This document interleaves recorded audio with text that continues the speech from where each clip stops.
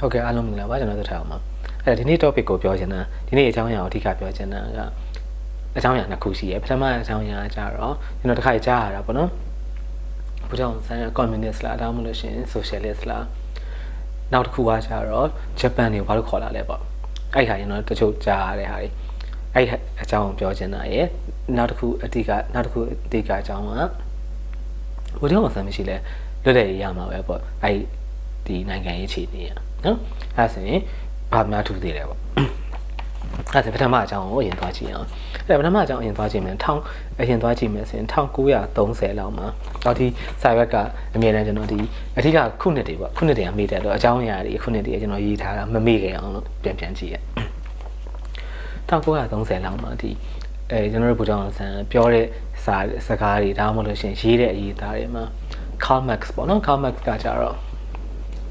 အရင်နာမည်ကြီးရဲ့ဒီ German ပညာရှင်ပေါ့ German ပညာရှင်ဆို philosopher ပဲ politics ရဲ့သူကျွမ်းတယ်တော့ PhD လည်းရပြီးသားအဲ့တော့သူ့ရဲ့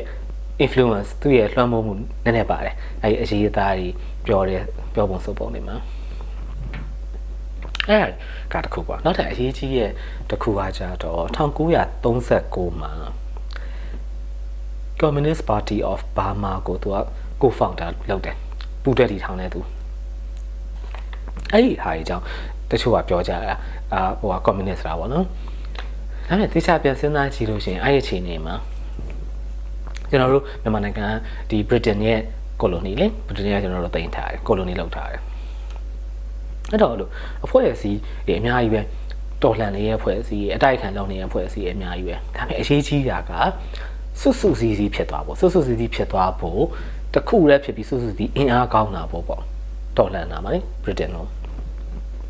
အဲ့လိုလုပ်ဖို့ကပြန်စဉ်းစားကြည့်လို့ရှိရင် ideology ရောနည်းနည်းလိုတယ်ဗျ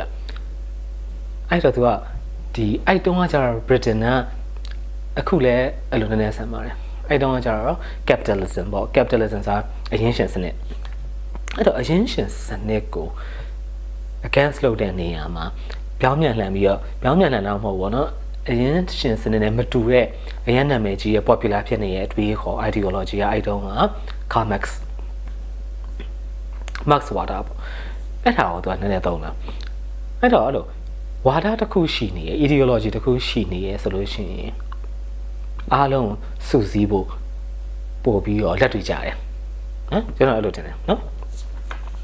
အဓိကကတော့ဘာကိုမကြိုက်တာလဲဆိုတော့ကိုလိုနီလောက်တဲ့ဟာကိုမကြိုက်တာပေါ့ anti colonialism အဓိကက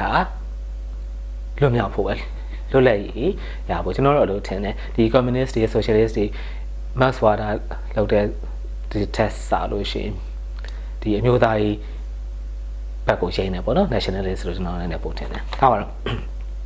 အဲ့ဟာကတစ်ချက်ပြီးတော့ပြန်စဉ်းစားကြည့်ရင်1940ပိုင်းလောက်မှာဒါပြန်စဉ်းစားကြည့်တော့ဒီဂျပန်ကိစ္စအတွက်ဂျပန်ဘာလို့ခေါ်လာလဲဆိုတဲ့ကိစ္စ1940ဝန်းကျင်လောက်မှာဂျပန်ကလည်းစစ်ဖြစ်နေအဲ့တော့ဘာအရန်လိုနေလဲအဲ့တော့ဂျပန်ဒီဂျပန် resource အရန်နေတယ်သယံဇာတအရန်နေတယ်သူတို့တိုင်းပြည်အဲ့သူတို့အရန်လိုနေတာက wall ရဲ့ပြီးတော့ rubber ရဲ့နော်ရေနံနဲ့ rubber ပေါ့အဲ့ခါကတည်ရတဲ့အတိုင်းကျွန်တော်တို့မြန်မာနိုင်ငံမှာရှိရနော်ဒါတစ်ချက်နောက်တစ်ချက်ကအရန်အရေးကြီးတာကအနောက်နိုင်ငံမဟာမိတ်နိုင်ငံတွေပေါ့မဟာမိတ်နိုင်ငံတွေကဂျပန်ကို against လုပ်နေတဲ့တော်လှန်နေတဲ့တရုတ် China ကိုသူက support လုပ်ထားတယ်ထောက်ပံ့ပေးထားတယ်အဲထောက်ပံ့ပေးထားတဲ့အကြောင်းကတခုကမြန်မာဘက်ကသွားတာဘာမှဘက်ကသွားတာအဲ့တော့ဂျပန်ကမြန်မာနိုင်ငံကိုသိမ်းနိုင်လို့ရှိရင်အဲ့လမ်းကြောင်းကိုဖြတ်ပြီးသားဖြစ်သွားမယ်နော်အနောက်နိုင်ငံရဲ့ထောက်ပံ့ကတရုတ်ကိုသွားမယ်လမ်းကြောင်းတစ်ခုပြတ်သွားမယ်နော်အဲ့တော့ဂျပန်အတွက်ကမြန်မာအရေးကြီးရဆိုတာပြောတာနောက်တစ်ခုကကြတော့အိန္ဒိယကိစ္စမြန်မာနိုင်ငံကိုသိမ်းလိုက်လို့ရှိရင်ဘယ်လိုခေါ်နိုင်လဲမြန်မာနိုင်ငံကနေပြီးတော့ထပ်ပြီးတော့အဲဒီဘေးပတ်ဝန်းကျင်ကိုသိမ်းနိုင်တယ်ပေါ့အိန္ဒိယလိုမျိုးနော်အဲ့တော့တိကျပြန်စဉ်းစားကြည့်လို့ရှိရင်ဂျပန်ကဘယ်လိုဖြစ်ဝင်မှာပဲဗျဘာလို့လဲသူတို့အတွက်အဲ့ချိန်မှာအရန်လိုအပ်နေလို့အဲ့ခုနပြောတယ်အရာ၃ချက်အဓိကပထမ2ချက်ကအရန်ရေးကြီးရဲ့သူတို့အတွက်နော်အဲ့ဒါနဲ့ စဉ်းစားကြည့်ရင်ဒီ human psychology ရပဲစဉ်းစားကြည့်အတိုက်ခံဖြစ်ပြီးစစ်ဖြစ်ပြီးဝင်လာပြီးဆိုလို့ရှိရင်ကိုယ်နဲ့လုံးလုံးများများရန်သူဖြစ်သွားပြီနော်အဲ့လိုမဟုတ်ဘူးဟဲ့နဲ့ကိုကသူတို့ကိုသွားပြီးဆွေးနွေးလိုက်တယ်ပူပေါင်းလိုက်တယ်ဆိုရင်သူတို့ဝင်လာတော့လေညီမခံရရတော့အများကြီးတည်ရတဲ့အတိုင်းပဲခက်ကဒါပေမဲ့နည်းနည်းညာတတ်တာမလားပေါ့နော်အကျိုးစီးပွားလဲအဲ့ထဲကနေပြန်နှိုက်ထုတ်လို့ရတာ哦ဘယ်လိုနှိုက်ထုတ်လဲဆိုတော့အကြီးမားဆုံးကျွန်တော်ပြနိုင်တာကတော့ BIA လောက်လိုက်တယ်ပေါ့နော်ဒီမြန်မာလွတ်လပ်ရေးတမ်းဒေါ်လာ BIA ဘာမှလည်းဒီပိုင်းနဲ့စားပြီအရင်ဆုံး train လုပ်တာကစစ်ပညာလေ့ကျင့်ပြီးသင်ပေးတာကနေရာကဟိုင်နန်ကျွန်းတို့ဂျပန်တို့မှာပြီးတော့လုံးဝ formally လုံးဝတရားဝင်ဖွဲ့စည်းလိုက်တာဒီဇင်ဘာ28 1941မှာเนาะဘန်ကောက်မှာเนาะအဲ့တော့ဂျပန်စီကဘာရလဲဆိုတော့အင်္ဂလိပ်ကိုတိုက်ထုတ်ဖို့ပြီးလို့ရှိရင်အာမီရလိုက်တယ်ပေါ့ပြီးတော့အာမီတစ်ခုတည်ထောင်နိုင်လိုက်တယ်ပေါ့เนาะစစ်တပ်တစ်ခုတည်ထောင်နိုင်တဲ့ဒီစစ်ပညာသင်ကြားနိုင်တယ်ဒါမဲ့ပြဿနာကဂျပန်ကလည်းကောင်းကောင်းမွန်မွန်ပြန်မထွက်သွားဘူးပြီးတော့ okay မင်းတို့လွတ်လပ်ရေးပြီးတယ်ဆိုပြီးတော့ August 1943မှာဒေါက်တာဘမော်တင်လိုက်ပြီးတယ်ဆိုပေမဲ့တကယ်လွတ်လပ်ရေးအစစ်မဟုတ်ဘူးဟုတ်တယ်မလားဒေါက်တာဘမော်ဒီရုပ်သေးအစိုးရလို့ဖြစ်နေတယ်လေသူတို့ထင်ချုပ်ထားတယ်အဲ့ဒါနဲ့ဘုရားအောင်ဆန်းဘာလုပ်လဲဆိုတော့ဒီ AFBFL ပေါ့ Anti-Fascist People's Freedom League persistent ချင်းပြည်သူ့လွတ်လပ်ရေးဖွဲ့ချုပ်ကိုတည်ထောင်လိုက်တယ်အဲ့ဟာကလည်းအရေးကြီးရခုနပြောသလိုဒါဂျပန်ကိုပြန်တိုက်ရတော့မှာဂျပန်ပြန်တိုက်ရတော့မှာဆိုတော့စီးလုံးနေဖို့လိုတယ်ကောင်းတာတစ်ချက်ကအဲ့ချိန်မှာသူ advantage အကျိုးကျေးဇူးရလိုက်တာစစ်တပ်တစ်ခုသူရှိလိုက်တယ်စစ်ပညာရလိုက်တယ်ပြီးလို့ရှိရင်ထပ်ပြီးတော့ပိုစီးလုံးအောင်လို့ဘာလုပ်လိုက်လဲဆိုတော့အဲ့ဒီခုနအဖွဲ့ချုပ်ထဲမှာသူကဒီ ideology မတူတဲ့ဟာတွေအစုံပါတယ်မြန်မာတွေနော်အမျိုးသားကြီးမြန်မာတွေမှာဒီ communist ဝါဒသမားတွေပါမယ် socialist ဝါဒသမားတွေပါမယ်တခြားဟာတွေလည်းပါမယ်အဲ့လိုပါမယ်အဲ့တော့ပြန်စဉ်းစားကြည့်ခုနအစအနေစားပြီးတော့စဉ်းစားချင်းဘုရားအောင်ဆန်းဝါဒတစ်ခုတည်းကိုအဲ့လိုကြီးလုံးဝမပြောင်းလဲပဲဆွဲကင်ထားတာတဲ့ဆိုင်ဆို flexible adaptation ဖြစ်တယ်ဖြစ်နေတဲ့အခြေအနေအချိန်ခါပေါ်မှုတည်ဘယ်ရာအကောင်းဆုံးဖြစ်မလဲအချိုးကျေးဇူးဘယ်ဟာများမလဲလက်တွေ့အရန်ကြတယ်သူရဲ့ချင်းကပ်ပုံကသူ့ကိုဒီ pragmatism politician ပေါ့နော်ဒီ pragmatism politics ပေါ့လက်တွေ့အရန်ကြတယ်နိုင်ငံရေးကိုချင်းကပ်တဲ့ပုံစံမျိုးเนาะတပ်ပုံထဲမှာလည်းနောက်ထည့်ထားတယ်ဟုတ်နော်ဒါပထမတစ်ချက်ကိုရှင်းနေရှိဟာเนาะပထမတစ်ချက်ရဲ့ဖြည့်ရှင်းကြပါဒုတိယချက်ကကြောင့်ခုနကပြောသလိုအဲ့ခေတ်ကာလမှာကိုလိုနီစနစ်ကတဖြည်းနဲ့မရှိတော့ဘူးလေအဲ့တော့ဘုရားအောင်ဆန်းမရှိလဲလွတ်လပ်ရေးရမှာပဲပေါ့ဘာထူလဲပေါ့တချို့အားလို့ပြောလို့အဲ့လိုပြောလို့ဆိုရင်သူကတချို့ဟာတွေကတော့မှန်တယ်ဘာလဲဆိုတော့အချိန်တန်ရင်တော့ English ကအားလုံး Britain ကအားလုံးလွတ်လပ်ရေးပေးရပဲမရှိလဲ maybe ဘုရားအောင်ဆန်းမရှိလဲ maybe 1950လောက်မှလွတ်လပ်ရေးရမှာပဲနော်ရဖို့များတာဟုတ်တယ်မလားဒါပေမဲ့အဲ့ခဏထားလိုက်ကျွန်တော်တို့ပြန်စဉ်းစားကြည့်အောင်အဲ့ကကိုမပြောခင်မှာနည်းနည်းလေးထည့်ပြောချင်တာဘုရားအောင်ဆန်းရဲ့ capacity လုံနိုင်စွမ်းပေါ့လုံနိုင်စွမ်းဆိုလို့ရှိရင်အချင်းချုပ်ပြီးပြောရမယ်ဆိုရင်အဲ့ခင်မှာလေသူဒီ Britain Prime Minister ဝန်ကြီးချုပ် Clement Attlee နဲ့စာချုပ်ချုပ်လာရဟုတ်တယ်နော်တဘောတူညီချက်စာချုပ်ချုပ်လာပြီးတော့အဲ့ဒီစာချုပ်မှာလိုအပ်ချက်တွေပေါ့နော်အဲ့စာချုပ်ပေါ် base လုပ်ပြီးတော့လိုအပ်တဲ့ဟာတွေကိုပြည်တွင်းမှာသူလိုက်ဖြည့်ဖို့အတွက်ပြင်လုံစာချုပ်ထပ်လုပ်တယ်။တိုင်းရင်းသားတွေနဲ့တွေ့ဆုံပြီးတော့တဘောတူညီချက်စာချုပ်ချုပ်တယ်သိရမလား။အထူးက Federal ပေးဖို့ပေါ့။တချို့တိုင်းရင်းသားတွေကို Federal ပေးမယ်ကိုယ်ပိုင်အုပ်ချုပ်ခွင့်ပေးမယ်ပေါ့နော်။ပြီးလို့ရှိရင် Constitution ဆွဲနိုင်တယ်အခြေခံဥပဒေဆွဲတယ်အခြေခံဥပဒေဆွဲပြီးတော့အဲ့အခြေခံဥပဒေကိုဒီခုနကတော့ကသူဖွဲ့ထားတဲ့ဖွဲ့လေဒီ AFBFL မှာတင်ပြပြီးတော့အတည်ပြုလိုက်နိုင်တယ်အဲ့အချိန်တိုအတွင်းမှာအဲ့လိုအများကြီးလိုအပ်တာတွေအများကြီးလုံးတော့အချိန်တိုလေးအတွင်းမှာ capacity အရန်မြင့်တယ်နော်ခုတပ်ပုံပြထားတယ်ဒီ English က လူတွေကလည်းသူ့အရန်အံ့ဩတာအဲ့လောက်ထိလုံနိုင်တယ်ပေါ့နော်ဒီအချိန်တိုးလေးအတွင်းမှာအဲ့လောက်ထိ capacity မြင်တယ်ပေါ့ okay အဲ့ဆိုရင်ညခုနကတော့ဒီဘုရားအောင်တမ်းရှိလဲလွတ်လပ်ရေးရပါတယ်ဆိုတဲ့ကိစ္စကိုပြန်သွားကြည့်အောင်အဲ့တော့အဲ့ဝင်းကျင်မှာလွတ်လပ်ရေးရပါတယ်နိုင်ငံတွေအများကြီးပဲဘာဆိုတော့ဒီအဲ့ခေတ်ကကိုလိုနီစနစ်ကိုဖျက်သိမ်းနေအောင်ဒါမဲ့လေးလာကြည့်အောင်ဆိုတော့ကျွန်တော်တို့ internet မှာရှာကြည့်လိုက်ရတယ်ဒီအင်္ဂလိပ်နဲ့ကိုလိုနီလောက်ခံရတဲ့နိုင်ငံတွေလွတ်လပ်ရေးရတဲ့အချိန်မှာသဘောတူညီချက်တွေပေါ့ကျွန်တော်ရှာကြည့်လို့ရတာဒီ Burma Independence Bill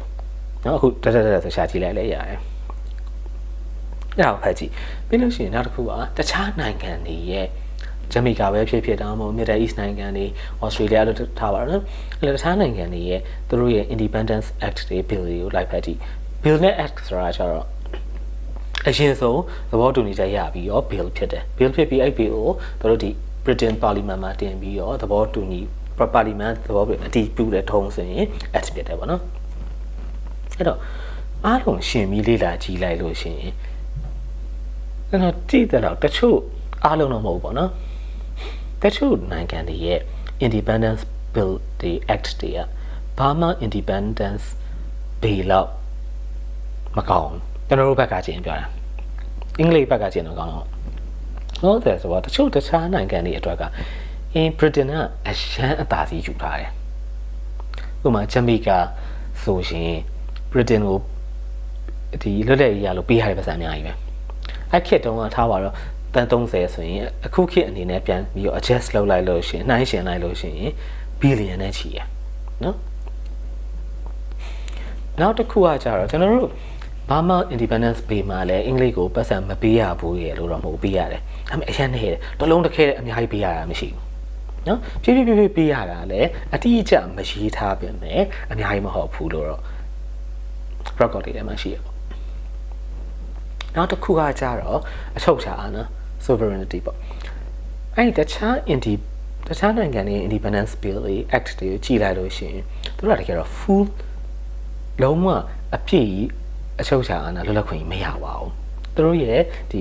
Britain ရဲ့ Commonwealth ထဲမှာရှိနေတယ်ဒါပေမဲ့မြန်မာကကြတော့ဗမာကကြတော့အဲ့ Commonwealth ကိုဝင်ဖို့ reject ညှင်းလိုက်တယ်နော်ထွက်လိုက်တယ်ဒါမှမဟုတ်ဝင်ဖို့ညှင်းလိုက်တာအဲ့တော့ကျွန်တော်တို့ကအချုပ်ချာအာဏာလုံးဝအပြည့်ပါရတယ်တချို့နိုင်ငံတွေအဲ့လိုမဟုတ်လေ Commonwealth ထဲမှာပဲဆက်ရှိနေအိန္ဒိယတို့ Australia တို့နော်ပြီးရင်နောက်တစ်ခုကကြတော့violence မဖြစ်သွားအောင်အဲ့လိုသွေးထွက်တန်ယူအင်္ဂလိပ်ကိုအသေးကြီးတိုက်ယူပြီးဘာမှဆန္ဒအများကြီးပြလူတွေအများကြီးသေးအဲ့လိုဖြစ်ပြီးတော့မှ independence လွတ်လပ်ရေးရသွားတာမျိုးမဟုတ်လိုက်ဘူးအဲ့ဒါလည်းအရန်အကျိုးရှိရဟာနောက်တစ်ခုကကြတော့နိုင်ငံတော်တော်များများရဲ့ဒီ Independence Act တွေ bill တွေမှာကျွန်တော်တွေ့ရတာကအဲ့သူတို့ Britain ကသူတို့ colony လောက်ထားတဲ့နိုင်ငံတွေရဲ့စီးပွားရေးကိုနောင်ရေးမှာလဲသူတို့နိုင်ငံအတွက်အကျိုးမြတ်ရအောင်တစ်ခါလေးလုပ်ထားတာသဘောတူညီချက်ယူထားတာဥပမာအဲ့နိုင်ငံမှာဘာတွေအများကြီးသူတို့အတွက်အသုံးဝင်တာကြီးထွက်လဲပေါ့အဲ့ထွက်တဲ့ဟာတွေကိုသူတို့ ਨੇ trade အဓိကလုပ်ဖို့သူတို့အသာစီးရပြီး trade ကိုအဓိကအသာစီးရလုပ်ဖို့အတွက်တစ်ခါလေးသဘောတူညီချက်ယူထားတာကျွန်တော်မြန်မာနိုင်ငံမှာဆိုရင်ဘာတွေရှိလဲထွက်ကုန်နေသူတို့ကြိုက်တာတွေတဲ့လေကျွန်းတဲ့တောင်းမို့ရင်ရေနံပြီးလို့ရှိရင်စံစပါးပေါ့အဲ့ဒါဒီဆိုရင်လည်းအင်္ဂလိပ်နဲ့ trading deal တွေတော့ရှိရဒါပေမဲ့မြန်မာကဗမာဘက်ကပဲအဓိကလောက်ပိုင်ခွင့်ကိုမြန်မာပဲအဓိကရတယ်အာဏာပေါ့နော်လောက်ပိုင်ခွင့်အာဏာအာဖရိကနိုင်ငံတွေ Middle East တွေမှာဆိုလို့ရှိရင်Britain ဘက်ကအသာစီးပို့ရတယ်အဲ့တော့ခုနပြောသလိုပေါ့ဒီဘုရားအောင်သမရှင်လည်းအချိန်တန်ခေတ်စနစ်အရာ independence တော့ဖြစ်သွားမှာဆိုပေမဲ့ဒီမြန်မာနိုင်ငံရဲ့ဘာမှ Independence Bill တို့ Act တို့ကအရန်ဘယ်လိုခေါ်မလဲကိုယ့်ဘက်ကအရင်မဆုံးရှုံးပါဘူးကိုယ့်ဘက်ကအသာစီးအများကြီးမယူလိုက်နိုင်ဘူးဆိုတော့အဲ့ဒီအရွယ်မှာအဲ့ဒီအချိန်မှာဘုရားအောင်ဆန်းစဉ်းစားချင်း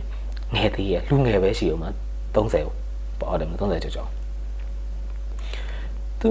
သွားပြီးတော့ဒီလောက်ရတဲ့လူကြီးတွေကတော်ကဘာမှရှင်းပြောရင်ဒါ world class politician တွေကဘာကိုလှည့်ပြီးတော့ဖြန့်ချနေရယ် politician တွေဖြန့်ချမဟုတ်ဘူးเนาะအများကြီးအတွေ့အကြုံရှိရယ်လိုတွေအဲ့ဒါတွေကို အဲ့လိုမျိုးဒီလုံလာနိုင်ဖို့ကတော်ရုံတန် capacity လုံနိုင်စွမ်းနဲ့တော်မလွယ်တာအထူးသဖြင့်ဒီ English လိုမျိုးကစကားပြောတာတို့စာရေးတာတို့မှာ capacity အရန်မြင့်တယ်လုံနိုင်စွမ်းအသာရအောင်လုံနိုင်စွမ်းပြောနိုင်စွမ်းအရန်ရှိရအဲ့လိုနေရမျိုးမှာနော်အဲ့တော့အဲ့အချက်လေးကိုအဓိကပြောချင်တာပါအဲ့တော့အားလုံးပြန်ပြီးစဉ်းစားလိုက်လို့ရှိရင်ဘုရားအောင်ဆန်းကိုဒီနိုင်ငံရေးကဘာဝါဒလဲလို့ပြောဖို့ကသူ့ရဲ့စင်ကဲပြောင်းလဲမှု evolution တွေကရှိရဲအဲ့ဒါအားလုံးကြည့်လိုက်ရင်ခုနဆက်စချင်းမှာတို့ဘက်မှာစီယုံလို့ဒီ communist party Obama တို့ co-founder လောက်ထားတယ်ပူးတွဲတည်ထောင်သူဆိုတော့ communist လည်းများလားပေါ့ဒါပေမဲ့အဲ့လိုတော့လည်းမဟုတ်ဘူးเนาะဒီနောက်ပိုင်းဒီခုနပြောရတဲ့အဲ့ဟာ AFPFL ကနေပြီးတော့ communist ကိုသူဖယ်လိုက်တယ်လေအဓိကအလုပ်ဖြစ်ဖို့ပဲလက်တွေ့အလုပ်ဖြစ်ဖို့နိုင်ငံအကျိုးစီးပွားများဖို့အတွက်အကောင်းဆုံးစနစ်ကိုချင့်ကပ်သွားတာပဲနောက်ပိုင်းမှာကြာဘယ်လိုဖြစ်လာလဲဆိုတော့ဒီ democratic socialist တောင်းမို့ပေါ့ socialism democracy ပေါ့နော် democracy ပေါ့အဲ့တော့တဘောနိုင်ငံရေးအရာဆိုရင်ကြတော့တပါတီစနစ်လုံးဝမဟုတ်ဘူးပါတီစုံရွေးကောက်ပွဲနဲ့သွားမယ်ဒီမိုကရေစီစနစ်ဒါပေမဲ့စီးပွားရေးရကြတော့ socialist ဆန်ဆန် economy မျိုးဥပမာ socialist ဆန်ဆန်ဆိုတဲ့ဘောကအရင်ရှင်ပုံစံ capitalism အရင်မလုံးနဲ့ဥပမာအရင်ချမ်းသာလာပြီအရင်ရှင်တွေဒီ company ပိုင်ရှင်မှထားပါတော့စက်ရုံပိုင်ရှင်တွေအရင်ချမ်းသာလာပြီဆိုရင်ဝင်ငွေအရင်များလာလေအတိုးကိုပိုကောက်အတိုးတော်ဖြစ်တယ် sorry အခွန်ကိုပိုကောက်တယ်အခွန်ကိုပိုကောက်ပြီးတော့အဲ့အခွန်ကိုတခြားလူတွေကို contribute ပြန်ဖြန့်ပေးရဘာတွေနဲ့ပြန်ဖြန့်ပေးမလဲအထင်ရှားဆုံးပြောရရင် universal health care ပေါ့လုံးဝ